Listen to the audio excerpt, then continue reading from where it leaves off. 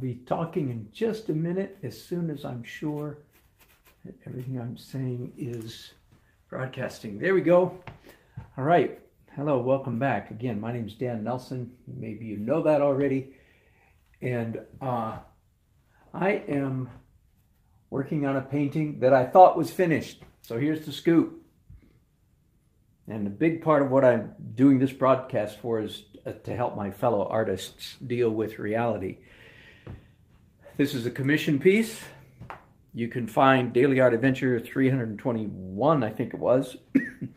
I was outside in the cold, downtown, in the dark, painting 2 days, having a great time. I'm not complaining, but it was one of those nights that if this weren't my job, I wouldn't be out painting. You know, one of those kind of nights. And then yesterday I spent quite a bit of time finishing. I was quite happy with the painting. However, this afternoon, I sent a picture to my client. This afternoon I delivered it, and I could tell as I was turning it around, they weren't going, ah, ah. You know, like I wanted to hear. They were rather subdued, and I went, uh-oh.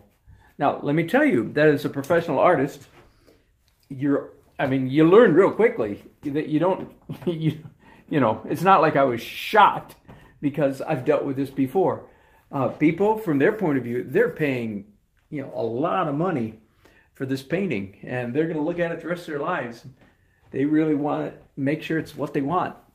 And that's the challenge. I guess I would say, one thing I would say is working for commissions, not for the faint of heart.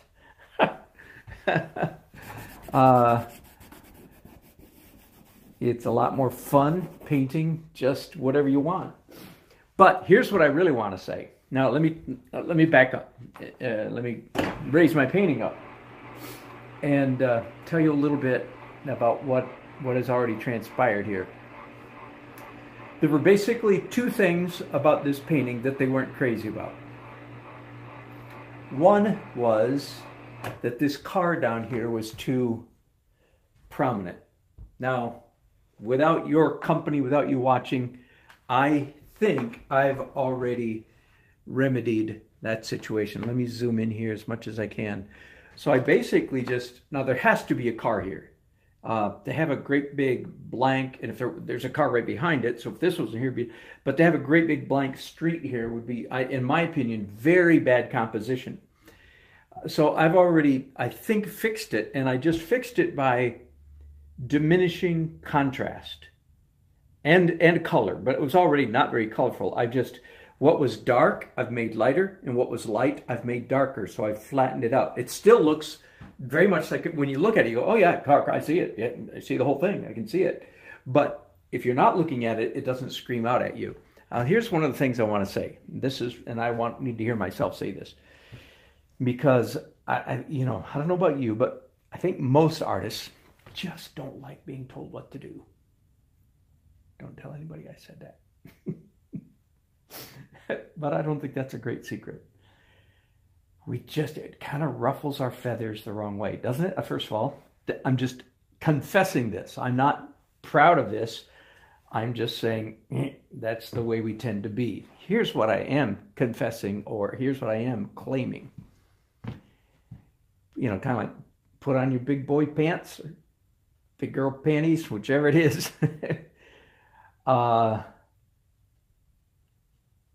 Every field of human endeavor has its challenges, especially if you're working for money. And the challenges I have are minuscule compared to what many deal with. So that's one thing for us artists to remember. You know, suck it up, big boy. This is not the worst thing in the world.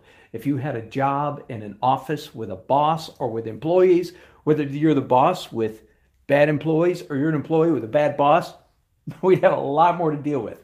So just let's keep things in perspective. Here's what really, as an artist, I'm going to change gears here a little bit. Here's what really bothers me. It's like, dang, now that I've fixed this, doggone if it isn't a better painting than it was a few minutes ago. Did you hear that? It's like, dang, that's better than it was. Which kind of irritates me. Why does it irritate me? Because I should have made it better on my own without my client saying, you know, that car seems like it's a little bit screaming out loud at me. Could you push that back? And my first reaction was, you know, inside, it's like, no. Second reaction was, yeah, well, maybe. Third reaction, get home, put it on my easel, start doing it. I go, doggone, if this isn't better. So here's the main thing I want to say. Again, this is kind of a pep talk to me. Suck it up, big boy. Put on your big, you know, pull up your pants and get serious, get to work, stop feeling sorry for yourself, and use everything, including criticisms from a client. Use everything to make yourself a better painter. That's what I'm slapping myself right now. Come on, Nelson. Come on, you can do this. Now, by the way, let me be fair and honest. Say I have modified paintings in the past because the client insisted, and I have made paintings worse because the client forced me to. Now, you understand, this comes from somebody who I'm paying my bills, I'm paying my mortgage, my groceries, my electric, my phone, everything is from my artwork, right? So it's a way different reality from what most of you are dealing with. There are very few people that have to make their money from their art. And then there's a very few artists who are so rich, they don't have to mess with screwball people. My clients are not screwballs, but you know what I'm talking about. You can get that attitude. But my exhortation to myself is, come on, use the criticism to make it a better painting. Not only make it a better painting, but I just learned a few things. I wish now that I'd had you know, live while you were here.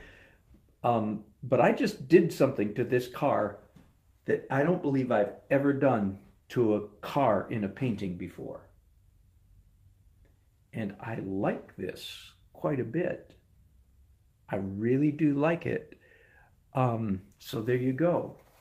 Whine, fuss, gripe, complain, whatever you want to call it. If you keep your head screwed on straight, you can use every adversity to make yourself a better painter. Okay, now let's go back to the top of the painting up here. They wanted 2 changes. And by the way, I said to them, and I absolutely agree, at least the 2 changes that they asked for, one was the car pushed back, and now that I've done it, I'm really glad I did it.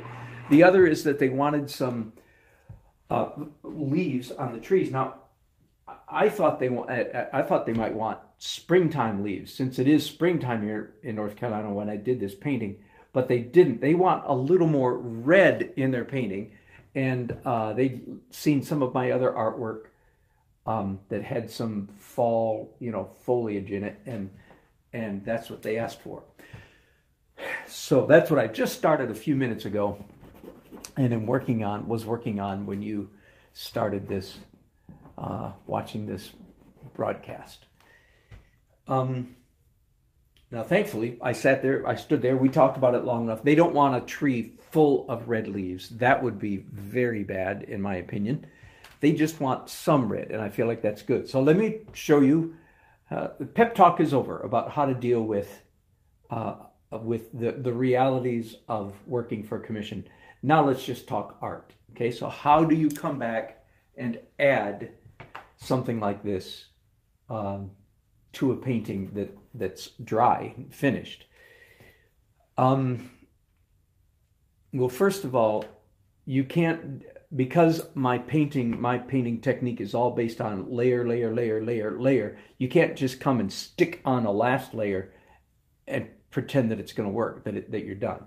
So I have to build up these leaves little by little. That makes sense? So what I have on my brushes right now, and I shouldn't need to tell you this if you follow me other times, is transparent, dark reddish brown paint. Okay, don't worry about what the recipe is. Just dark reddish brown. That's good enough. Now I'm going to come over here. Pardon me while I leave you for just a minute. I'm adding a little bit more ultramarine to what's on my brushes. So now what's on my brushes is a little bit darker. If you follow me at all, you've heard me talk about in the opaque stage of painting, when you're doing opaque, and of course, if you're a traditional oil painter, the whole process is opaque. And then this principle applies.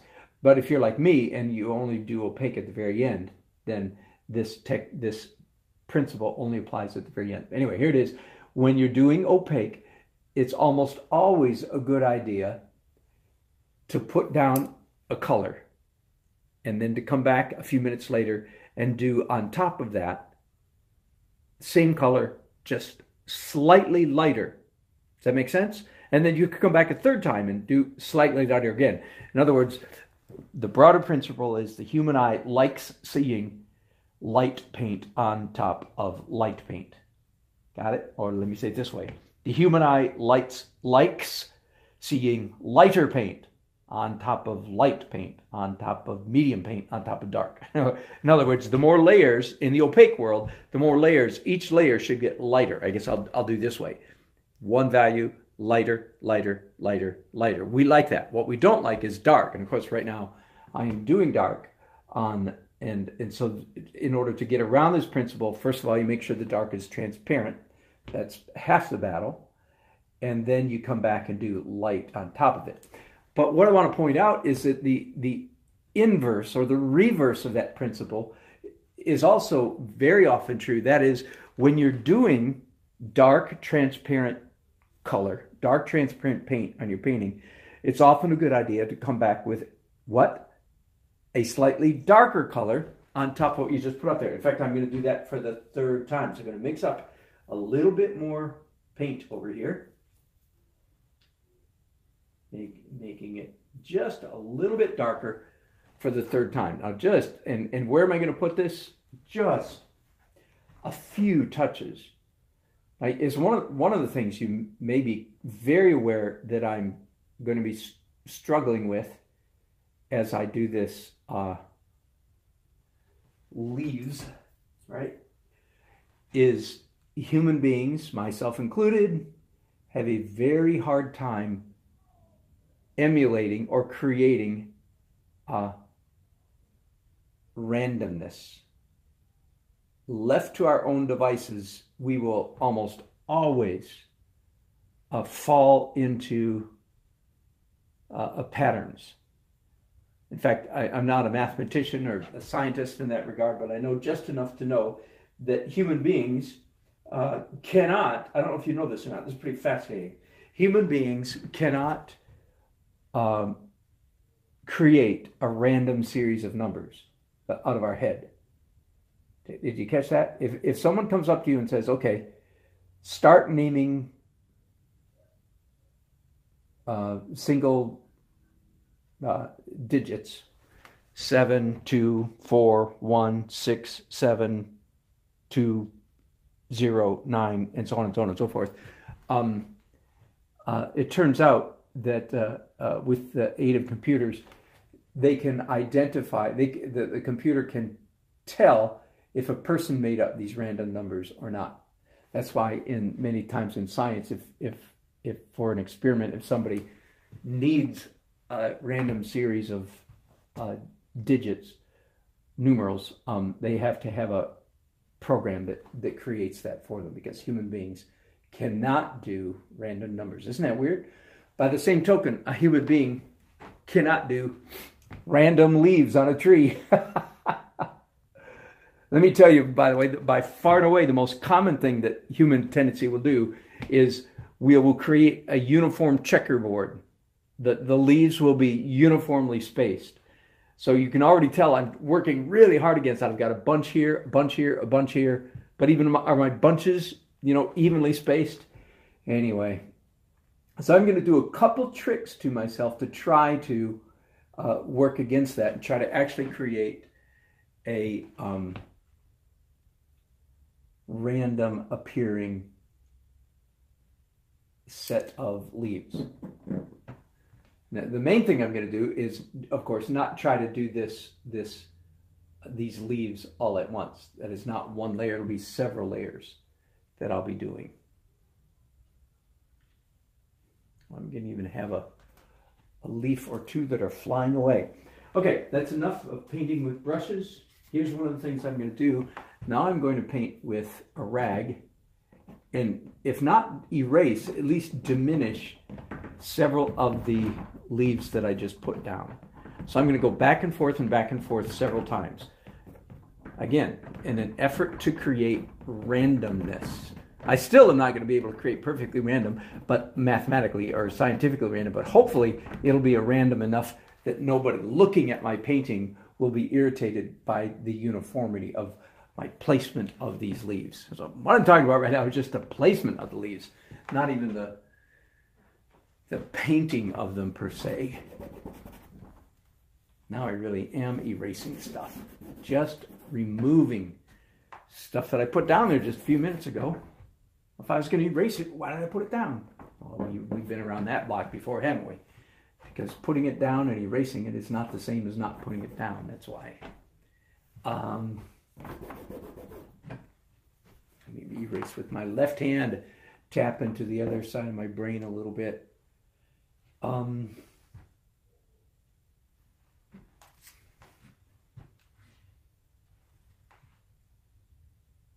By the way, here's a really crazy little trick. I mean, this is so technical, but many times when you're doing foliage on a tree, it's a really good idea.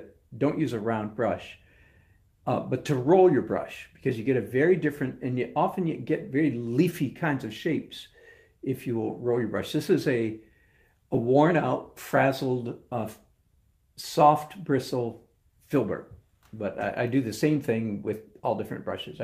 I picked up this gnarly used brush on purpose to do this.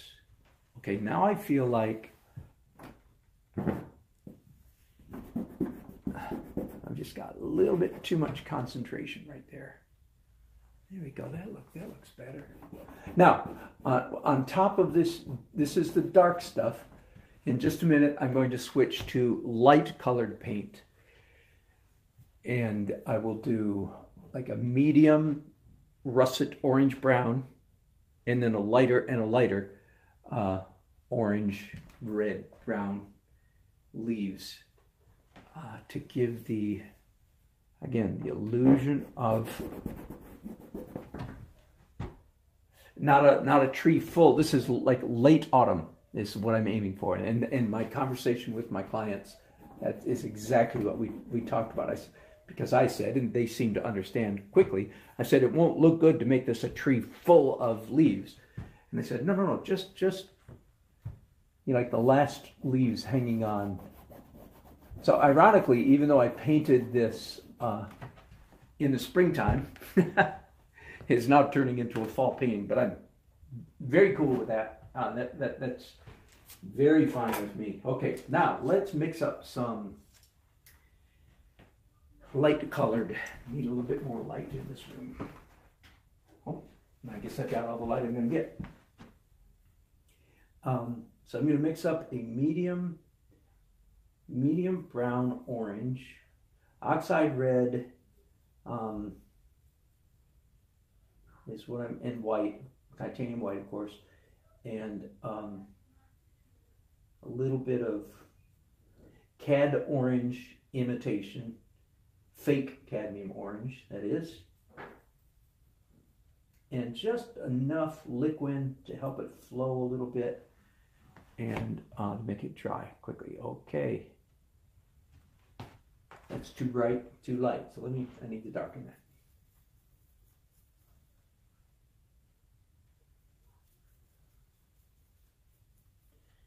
It's okay to leave that one mark there, but I don't want to continue with that degree of lightness. So I've got a darker red, and I'm going to paint some of this on top of the dark marks that I've already got on the canvas.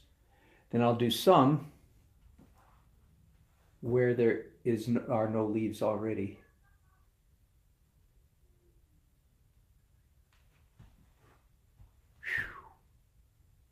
You know what? This might be a good time to take the glasses off. Yes, it is. You know, I was watching another painter who will remain unnamed. I'd never seen him before.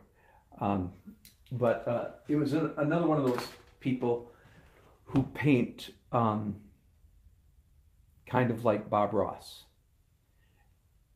And the painting he was doing was fine, respectable.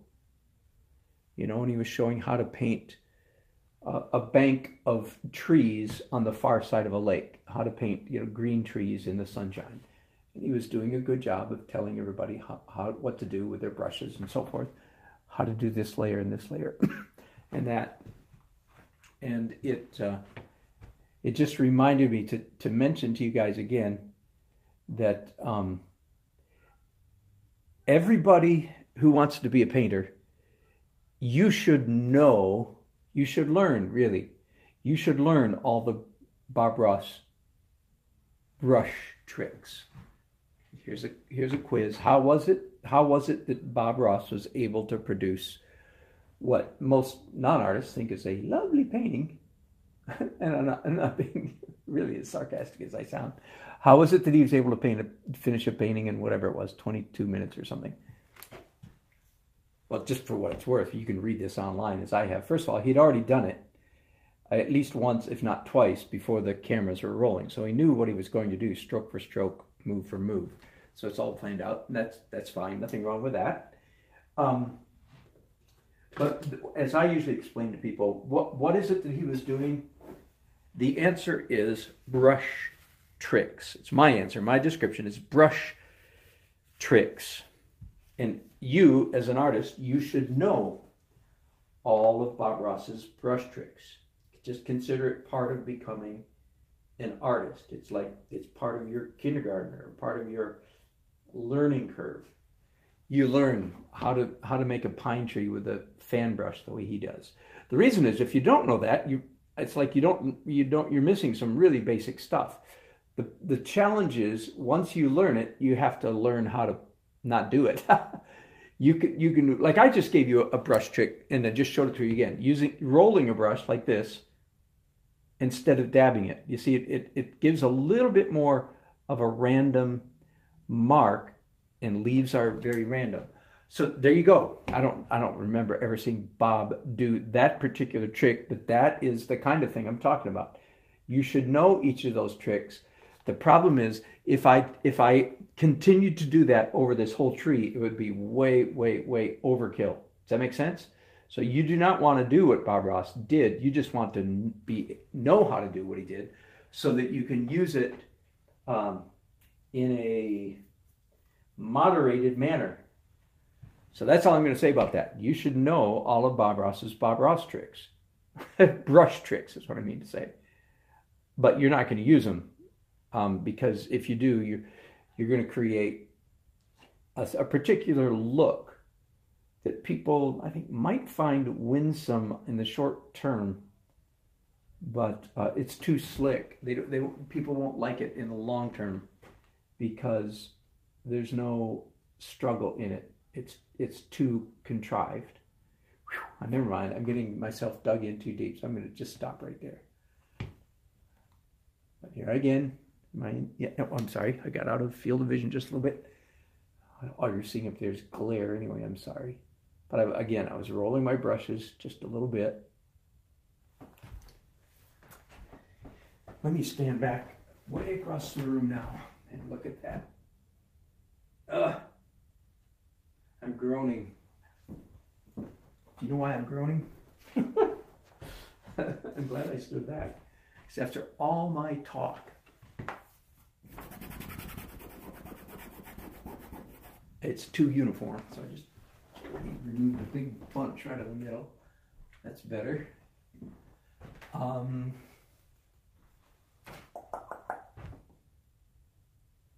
Yeah, I think we remove that.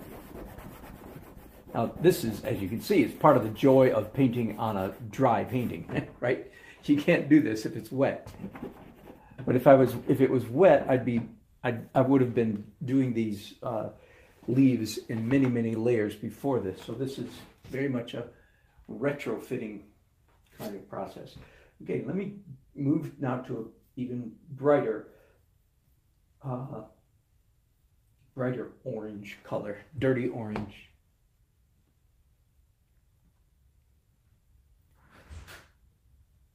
Some of these marks will be on top of the marks that I've already made, and then others will be independent. I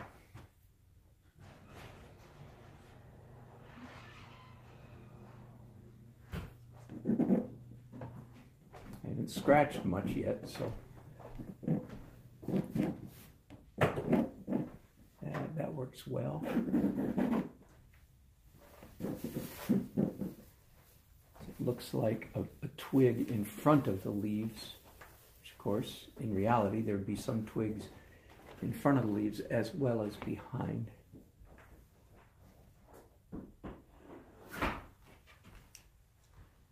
Now, one of the key things I'm going to do, yeah, I'll go ahead and start right now. I was going to say, I'm not going to ask you to watch me, or let you watch me do much of this, but a little bit.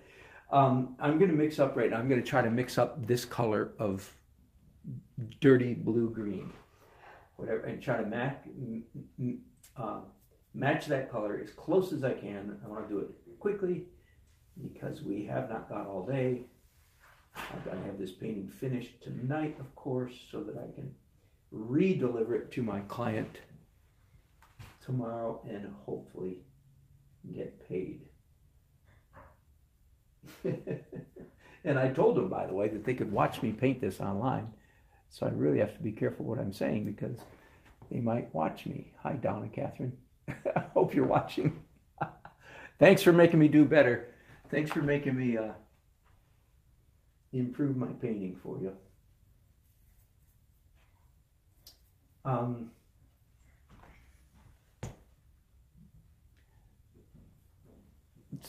So what I'm doing right now is negative painting. I've mixed up this dirty blue-green. Of course, it's all different colors, so it's not like I can do the whole thing with one color. But now I'm doing, it's sort of like the principle of doing sky holes. You're all familiar with that term. But usually when we do that, we're talking about a tree that's full of leaves, right? And it's got little bits of sky poking through the leaves. Well, this is quite not at all a tree full of leaves. It's a tree with just a few leaves, but same principle. I am negative painting, reverse painting, and why? Because I'm striving for a natural looking randomness. And achieving randomness, as I said a while ago, for a human being is not only very difficult, scientifically I believe it's impossible, but I want to get as close as I can. So going back and forth between painting the positive and painting the negative, as I'm doing right now, going back and forth gets you a lot closer to creating the illusion of randomness than just painting in the positive. So again, you watercolor people, when I do watercolors, when we do watercolors, we're so much more difficult because you don't have this luxury of coming in and doing white, light opaque stuff on top of your watercolor. Also, by doing this little trick that I'm doing right now of painting light opaque marks on top of the twigs and leaves, I'm also creating that illusion that our eyes really do enjoy so much. That is, our eyes enjoy being fooled, by being tricked about what's on top of what. And everybody knows that in a real sky, the sky is far away and the trees are up close. So when you reverse that order, as I'm doing right now, and I'm actually painting some of the sky on top of the twigs, our brain, I say our eyes, but I really mean the visual part of our brain, gets a momentary flutter of confusion. And if I do it if I match the colors really well, in fact, it can be more than momentary. A person would really have to, get their nose right up close to the canvas to tell what's going on. be that as it may, whether it's a momentary flutter of confusion or whether it's several moments of confusion, strange though it sounds, our eyes actually enjoy. We get a kick, our brain gets a kick out of that confusion. And I am achieving that to a reasonable degree right now by doing this sky color. Now, because I am doing all this after the rest of the painting is dry, I am actually going to come back and do more dark leaves and they're more light. Now here's a universal principle you should know. It is darks first, lights last. That is a universal principle. Again, every rule could be broken, but you better know the rule first. Otherwise, you're probably just screwing up. Darks first, lights last. Which means, so what kind of marks should you finish this tree with? Light ones or dark ones? You know the answer, right? The answer is, right, light ones. So I will actually finish this tree either by putting down very light, orange yellow leaves, or by putting down pale blue, either one. But you always finish with light. You don't finish by making dark marks. Of course, everything that I'm saying right there does not apply to watercolor. Watercolor, which I do sometimes, is a completely, significantly different animal.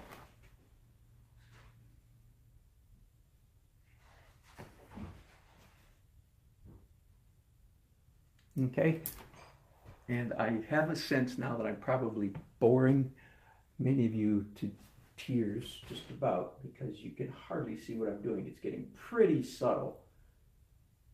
And so I'll leave you in just a minute. But let's try something just a little bit. How close can we get? Yeah, I'll try to paint inside that little square for a while so you can actually see what I'm doing. I don't know what color I've got on my brushes.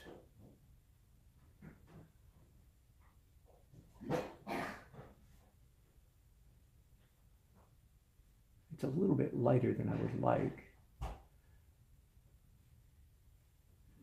But I'm following the other principle, which is after you put down one color, I'm going to darken that a little bit. It's a little bit too light.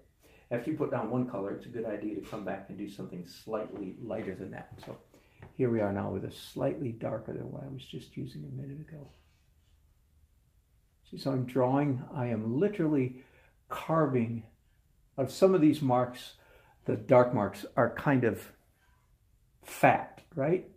But by painting up one side and then the other side, I'm creating really skinny little twigs that have quite a realistic feel about them. And they weren't done by making skinny little marks.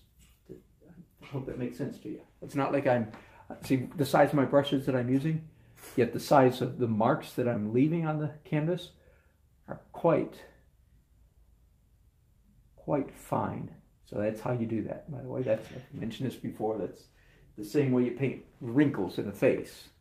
Don't show me a painting of an old Indian crying and you've painted his wrinkles with a number 4/0 sable brush. It will not fly. It will not look good. It will not work.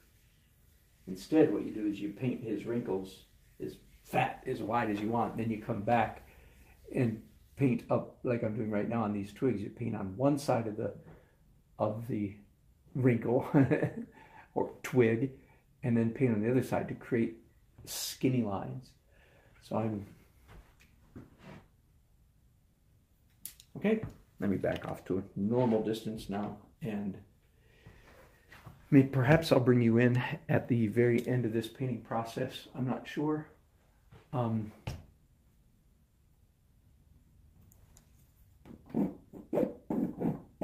By the way, how about this before we go? So let's count. Here's again, universal principle. Whenever you are painting a repeated motif, musical term. Motif means just a repeated thing over and over. In this case, I've got two repeats, twigs and leaves. I have a whole bunch of leaf, leaf, leaf, leaf, leaf, leaf. That's a repeated motif. Got it? And twig, twig, twig, twig, twig, twig, twig, repeated motif. Anytime you've got it, now, like when you're doing a Victorian house and the front porch has spindles. That's the sound of a motif, by the way. Or boop, up, up, up, up, up, up. It's I'm orally creating motif, repeated motif. Okay, anytime you're painting a repeated motif, you must, here's the rule. Every rule can be broken, but if you don't know the rule, you're probably just screwing up. You must, when you're painting a repeated motif, you must use as many different techniques as you can to create that repetition. That's where a beginner painter would say, I'm sorry, I won't do a stupid voice. I was going to say, I'm going to paint leaves on this tree. But there's no need for me to be snobby. So a beginner painter said, I'm going to paint leaves on this tree. So they'd mix up a leaf color, maybe even a couple leaf colors. And then we go leaf, leaf, leaf, leaf, leaf, leaf, leaf, leaf, leaf, leaf, leaf, leaf, leaf, same brush, same color. Do you understand? Bad, bad, bad, bad. I'm going to, I'm looking for another tool over here. I've created the leaves and twigs by painting dark, several layers, by scratching, and by negative painting. I've actually got 1, 2, 3 layers, 4 layers of paint, 2 layers of light paint. That's 4, 5, 6, scratching, 7. And I'm not done yet. I'm going to come in here with a palette knife. That gives me 8 different techniques. Why a palette knife? Because it makes a different mark than the brush does. Right? And again, scratching again. Okay, so there you go. Roughly speaking, 7 or 8 different techniques for putting leaves and twigs on this painting. And that's what you want to do. Anytime you've got a especially highly repetitious motif, you come up with different techniques for rendering it. I'm going to call it a quits right there. And the painting's nearly done. And believe it or not, I like it better after these changes than I did before. So way to go, Don and Catherine. Way to make me do a good job. Okay, great talking to you guys. If you like this, please subscribe. And if you like it and you're an artist, please check your artist.